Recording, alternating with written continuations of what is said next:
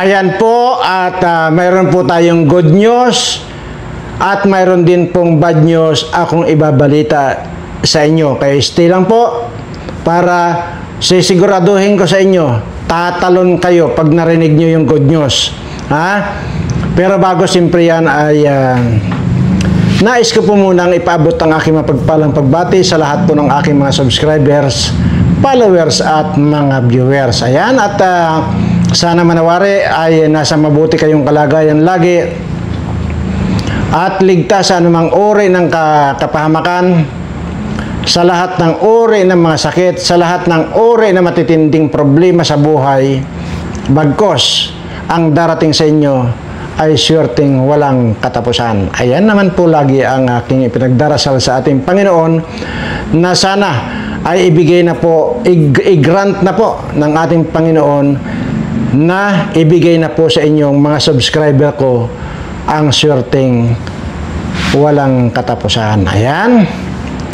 So, siguro po ay unahin ko po muna itong good news, bago yung bad news, para mas maganda. Kung inyo po natatandaan nung isang upload ko nung isang araw ba yon, na Channel 7 po yung nagbalita, yung iplinik ko po sa inyo dyan, na nasa Amerika na po si Saldi at magpapagamot. Ayan. Ayan na, intindihin nyo mabuti. Hindi po sa akin ang galing yan. Yan po yung ipinakita ko sa inyo na balita po yan sa Channel 7 na magpapagamot daw po sa Amerika. Ang good news po doon ay sandali. Alam naman po natin na lahat po itong mga kawatan kapag nasusukol na ay nagsasakit-sakitan. Di po ba? Di ba? Kung inyo po matatandaan, si Gloria Arroyo din dati nagsakit-sakitan dyan tumira sa Veterans Hospital. Di po ba? Kaya yung sakit-sakitan ni Saldico, alam natin na sakit-sakitan yon kasi binalita nga, sabi ko, ng Channel 7 na pumunta, sumibat sa Amerika at nagpa-check up, nagpagamot. Ang good news po dito ngayon, lumabas po sa findings na itong si Saldico ay stage 4 cancer sa lalamunan.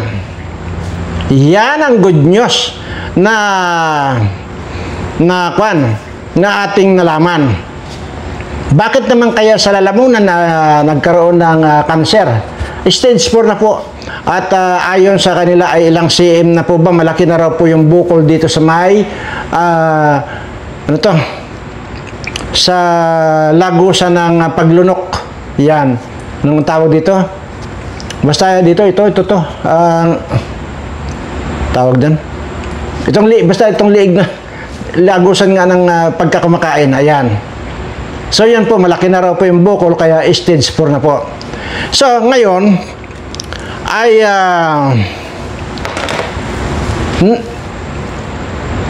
sigurado ako, maraming magsasaya dito sa balitang ito.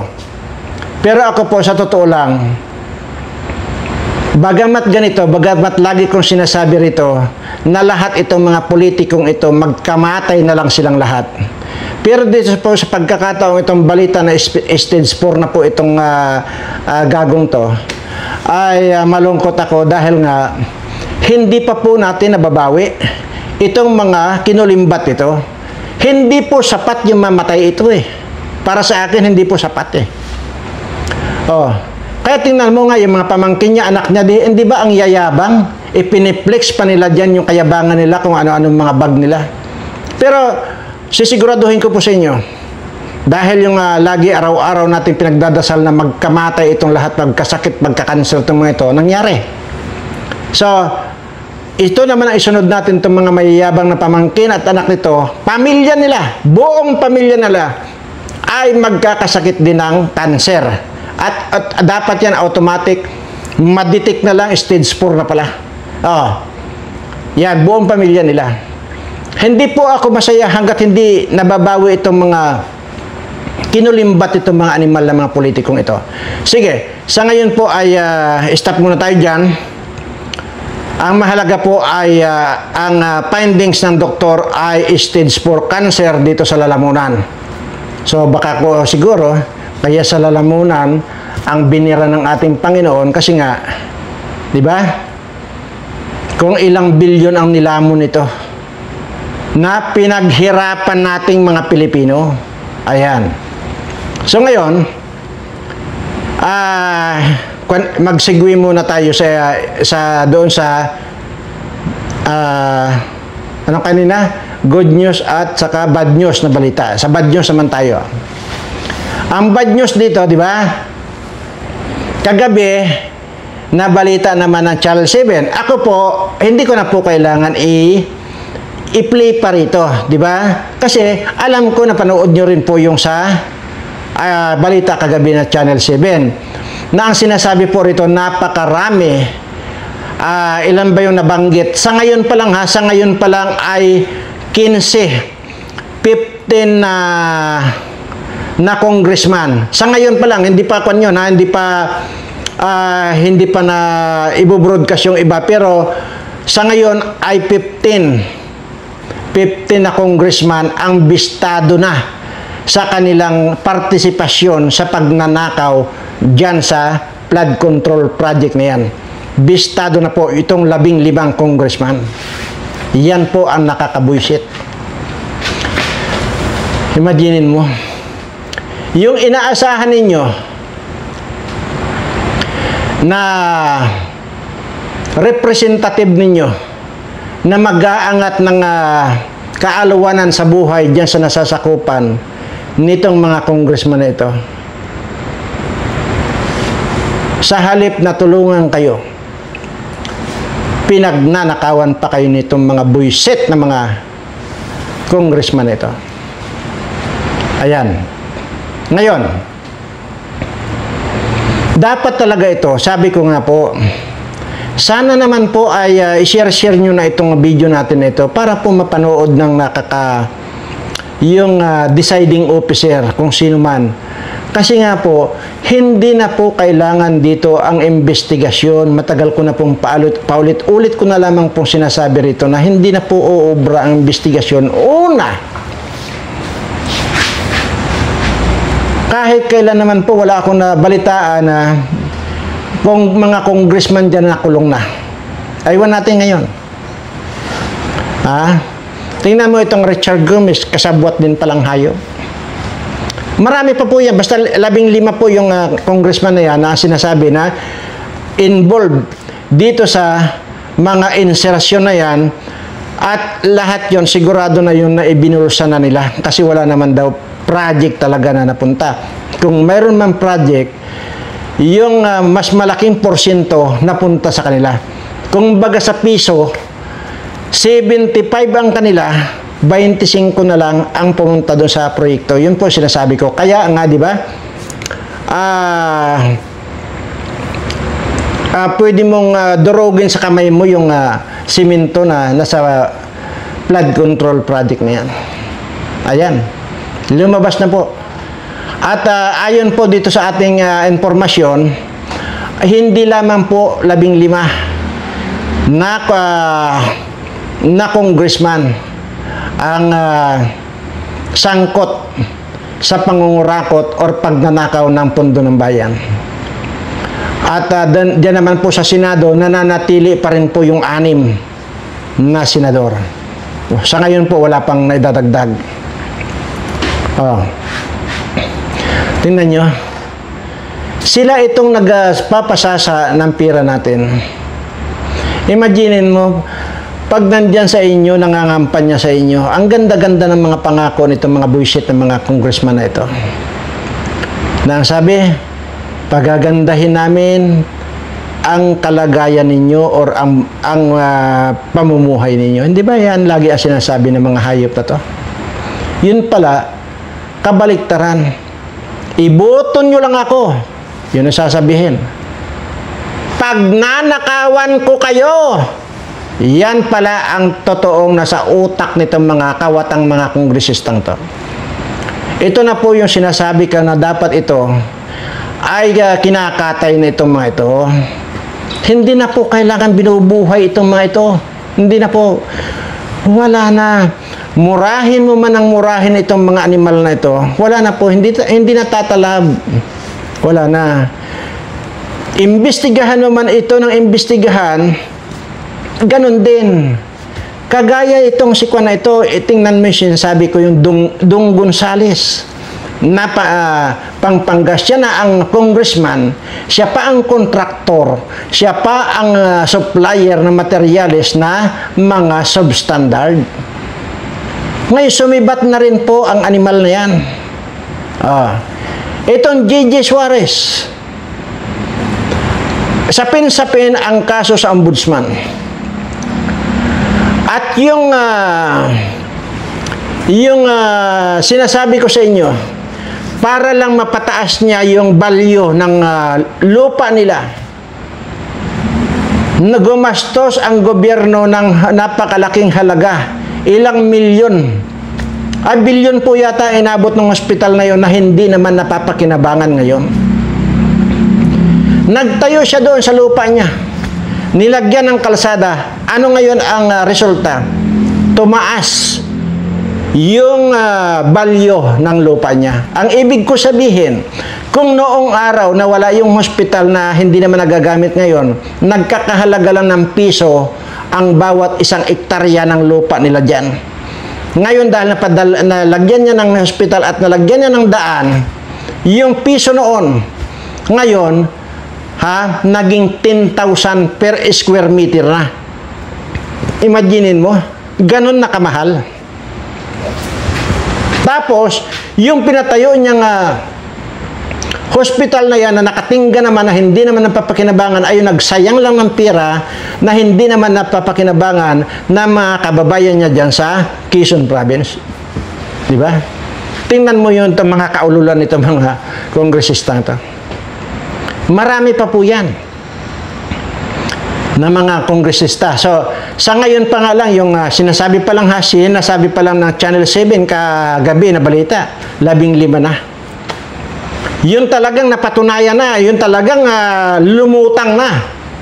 Lumutang na sa ayon doon sa mga nagtestigo at ayon doon sa mga natanong, lumutang na. So, ang sinasabi, baka yung 15 na yun, ay mati-triple or higit pa sa triple. Dahil marami pa po ay yun, siyempre natural mag-iingat po sila na magsasabi pa kasi nga lalo na kung walang basihan. Di ba? So yun nga po sinasabi ko, lahat yung mga yan, wala kang kukunin dyan. Kung mayroon mga matino dyan, iilan na lang po eh. Iilan na lang. Sinasabi ko, talagang kung hindi man, ilan na ba sila ngayon congressman? Kulang-kulang 300 po yan na congressman.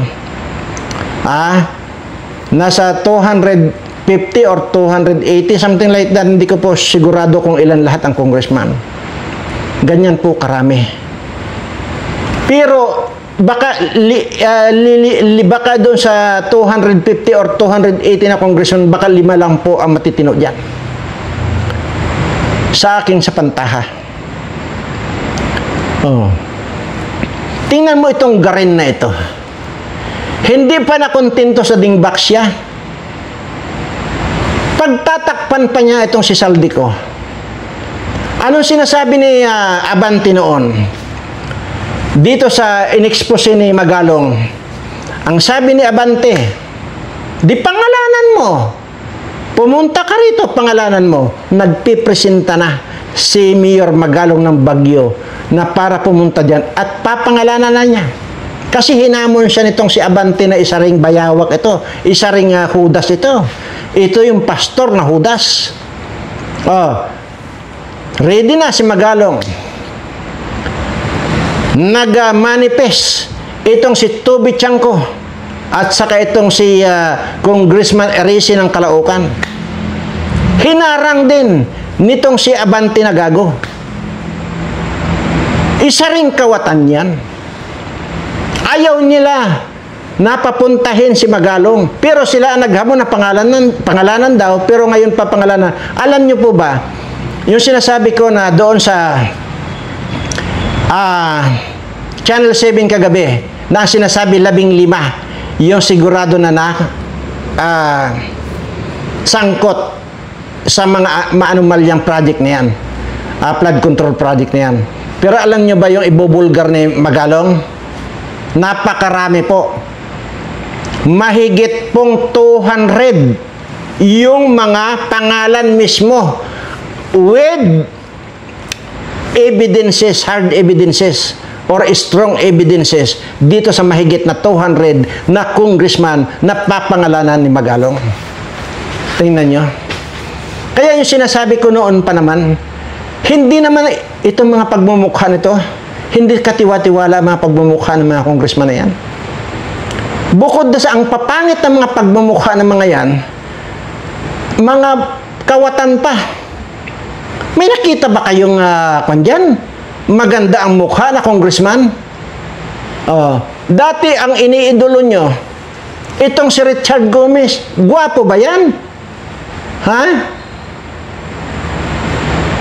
Nako, kahit kumuha kayo ng international judge na mag-judge, nandiyan kami pareha sa stage, sisiguraduhin ko, mas pipiliin ako ng international judge na akong pipiliin na mas gwapo dito kay Richard Gomez. Di ba? Yun po. Konting kwan lang po tayo. Konting pasakalye. Ika nga, para sa ganun, hindi naman tayo masyadong seryoso. Yan. Pero tingnan nyo ngayon. Palibasa kawatan na rin. Ha? Tingnan nyo, ang pangit na. Ganyan po yung sinasabi ko. Na kapag ka ikaw ay kawatan, kapag ka ikaw ay demonyo, at kapag ikaw ay sangkot sa pagpapahirap sa mga kababayan ko, tandaan ninyo, hindi kailanman magiging gwapo. O tingnan nyo ngayon, parang, di ba, ang mga tingin na ngayon ng mga tao sa kanya, baboy na. Di ba? Ang sinasabi nga ni Torre, yung mga adik daw at mga lulong sa mga droga na yan, wala ka daw makitang maganda, wala ka daw makitang gwapo. Lahat daw ng mga adik ay pangit. Kaya naman, ang tanong ko kay Torre, ay siguro isa rin siyang adik. Kasi unang-una, tingnan nyo naman itsura ni Torre. Parang siguro yan, nung ipinanganak, siguro si Torre, patayo yung nanay niya siguro nung naglilibor, hindi na malayo nung nanay niya na bumagsak na lang si Torre sa lupa. Kaya, ayun, medyo na deform yung mukha niya, kaya tuloy yung pagmumukha niya, parang addict na rin. Kasi siya na rin may sabi, na kapag ka-addict ka, walang maganda at gwapo dyan. At yan din ang isa sa dahilan kung bakit tinanggal yan sa pagiging chief of police. Kasi nga, may tinamaan. Ha? May tinamaan siya. Sinong tinamaan niya? Ay di si Bangag. Di ba? Tingnan nyo nga naman, dahil adik itong si Bangag, tingnan mo ang itsura ni Bangag. Di ba? Para rin kamukha rin ni Saldico na mukhang kohol. Di ba? Tapos yung asawa niya, tingnan mo. Totoo naman yung sinasabi niya ni Torre na walang maganda at walang gwapo pagka ikaw ay adik. Asawa ni Bangag, tingnan mo. Butod na, budlat pa, nako, grabe. Lahat na, totoo naman. Ngayon, ay nabisto nga lang doon sa medyo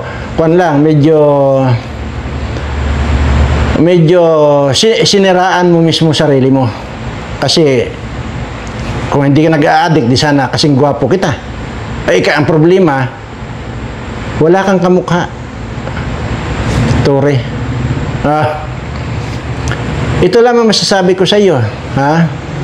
Hindi na mababago yung mukha mo, General Torre. Maliban na lang kung mag-subscribe ka. Pindutin mo yung subscribe dito sa Birana Live Studio TV pindutin mo yung notification bell, pindutin mo yung all, sisiguraduhin ko sa iyo, mababago pa yung pagmumukha mo. Ayan. At dito sa mga kawatan na mga politikong ito, hindi ako titigil na sa tuwina na lang na magbablog ako, ipagdarasal ko kayo na magkaroon kayo ng stage 4 cancer now na. Deserve ninyo ang ipagdasal kayo ng tao. Tingnan mo, yung araw-araw kong pagsasalita rito na yung mga kawatan ay magkandamatay na at magkaroon na ng kanser. Nangyari na. See? Ito pa pala, bago tayo magtapos. Mayroong pahayag itong si Romualdez. Si Tambaloslos. Nagpahayag siya na wala raw sasantuhin at lahat daw ng mga kawatan ay mananagot. Sabi niya, nandyan yan. Mananagot daw. Iimbestigahan daw lahat yan. So, ibig sabihin, nagkakagulo na rin sila ni Saldico, samantalang magkasanggam dikit yan. Inilaglag na rin niya si Saldico. Nilaglag na niya. Dahil sabi niya, tama lang na imbestigahan lahat yung mga kawatan. Alam niyo ba ang nakakabigla doon? Yung bigla niyang sinabi, pagkatapos niyang sinabi na lahat niya ng mga magnanakaw na mga politiko, contractor man yan, iimbestigahan, kasama na ako dahil isa rin akong magnanakaw. Yan ang sinabi nito si Romualdez. Tingnan nyo. Buwa ka ng inang mga ito.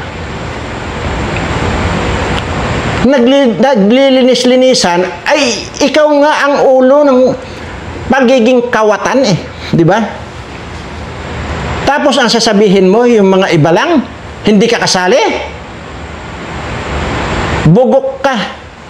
Ang dami mong kinulimbat na pira ng bayan. Imaginin mo, ito mga kababayan, baka nakakalimutan nyo. Nagbigay yan. Sus. Ito ang hindi ko maintindihan sa hayop itong Tambaloslos na ito. Napakarami niyang mga kababayan dyan sa Leyte na naghihirap, mahirap, at talaga namang mahirap ang kabuhayan. Bakit ko alam yan? Dahil nga po, noong ilang taon na rin po yung nakakaraan, pero once lang po ako ang pumunta dyan sa Leyte. Na ilang, kung hindi po ako nagkakamali, 7 or 8 elf po yung hinair ko dyan sa Leyte na pinapuno ko ng bigas yan. Bumili ako, pinuno ko yung 8 elf na yan ng bigas. Pinamudmud po namin yan. Magmula rito sa Tacloban hanggang sa Baybay Leyte nakarating kami. Ilang bayan po yan. Nung maubos yung 8 truck doon sa kung hindi pa kami nakakarating ng Baybay, bumili na naman ako. Kaya alam ko na napakaraming mga kapos sa kabuhayan dyan sa Leyte. Kaya ko po sinasabi ito, para lang po malaman ninyo at baka nakakalimutan ninyo, sa kabila ng paghihirap nitong mga kababayan niya dyan sa Leyte, nagawa pa niyang magbigay ng $1 million sa Oxford University sa Amerika. Yun ang hindi ko maintindihan talaga. Bakit yung 1,000?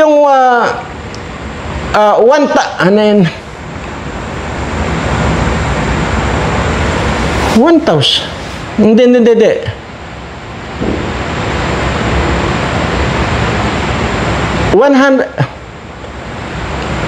1 million pala. $1 million na ibinigay niya sa Oxford University. Na samantala sinabi ko po, marami sa kababayan dyan sa Leyte ang mga mahihirap nating kababayan. Kaya ako pag nagsasalita ako rito, alam ko yung sinasabi ko kasi nga ako mismo ang gumawa.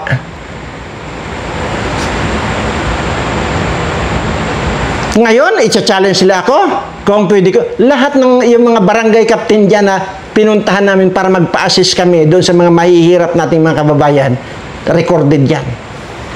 Nandito yung mga listahan sa akin. Kaya alam ko yung sinasabi ko. Ha?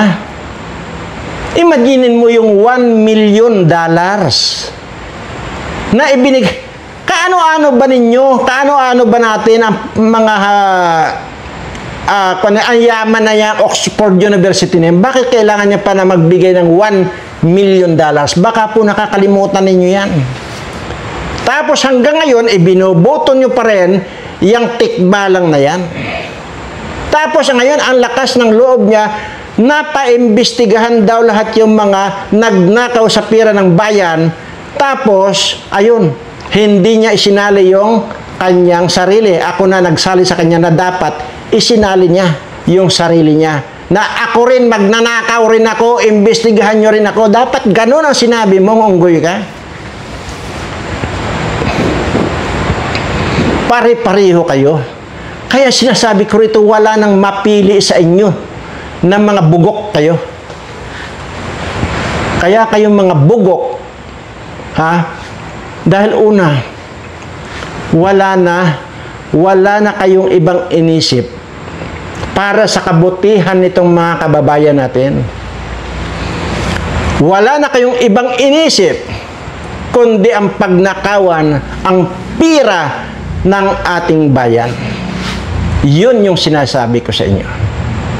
Kaya dapat lang na magkamatay na kayong lahat.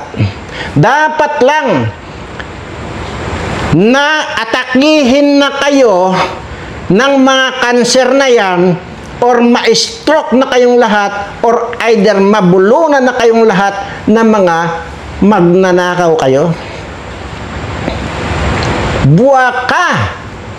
Buwaka kayong lahat. Ina ninyo.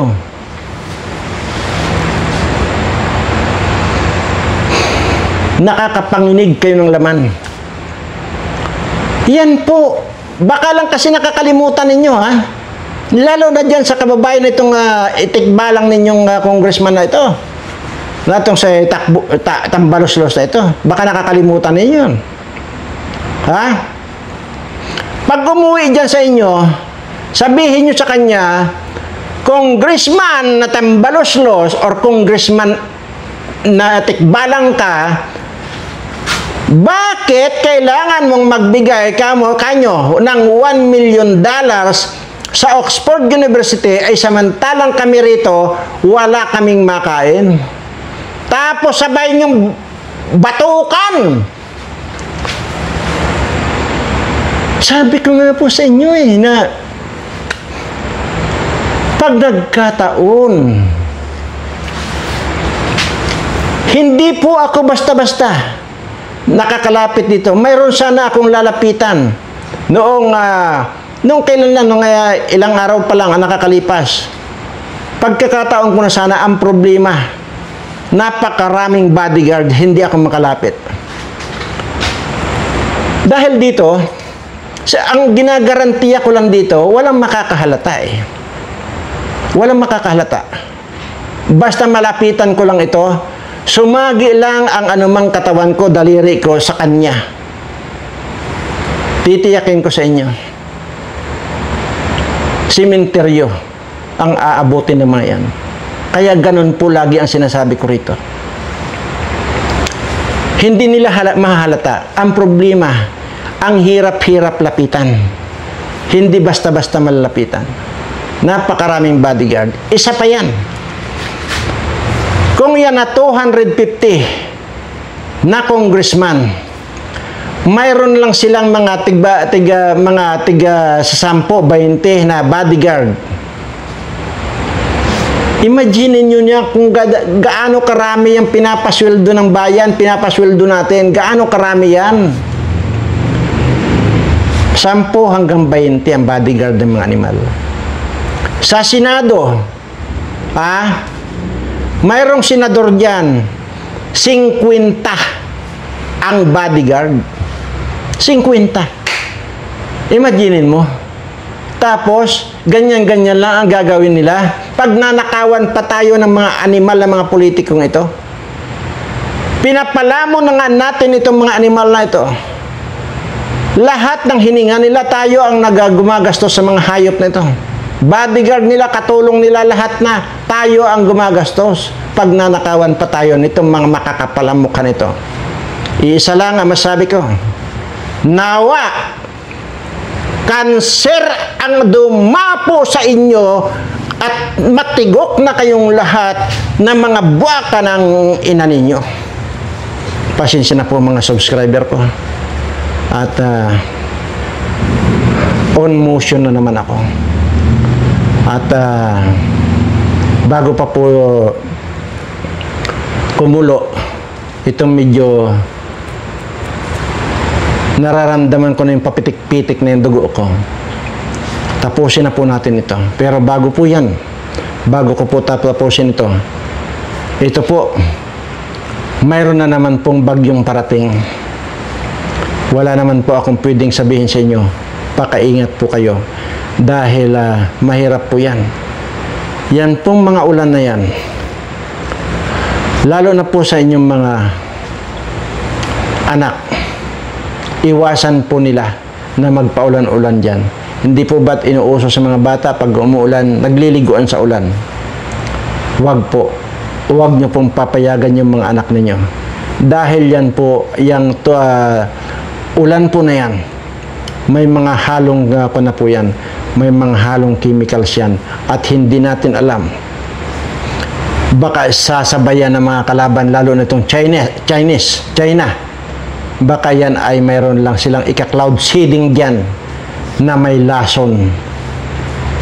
Yun po ang paalala ko. Hindi po malayong mangyari yan. Alam ko itong sinasabi ko dahil isa rin po akong chemical engineer, kaya alam ko po yan. Yun po ang sinasabi ko. Noon pa po yan sinasabi ko na huwag niyong hayaan ang mga anak ninyo na naliligo sa ulan. Again, sinasabi ko ulit, yung mga sibuyas na magaganda at malalaki, makikinis, iwasan po ninyong bilhin yun dahil nakalusot na naman po. Yung sinasabi ko nung isang araw na inismuggling nilang sibuyas.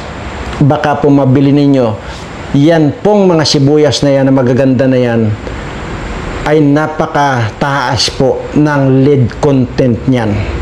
Kaya nga po, napakadelikado pag yan ay makain ninyo. Anyway, maraming salamat po sa lahat ng mga patuloy po na sumusubaybay dito sa Wala Akong Kakwenta-Kwentang channel. Ang masasabi ko lang po sa inyo, mahal na mahal ko po kayong lahat.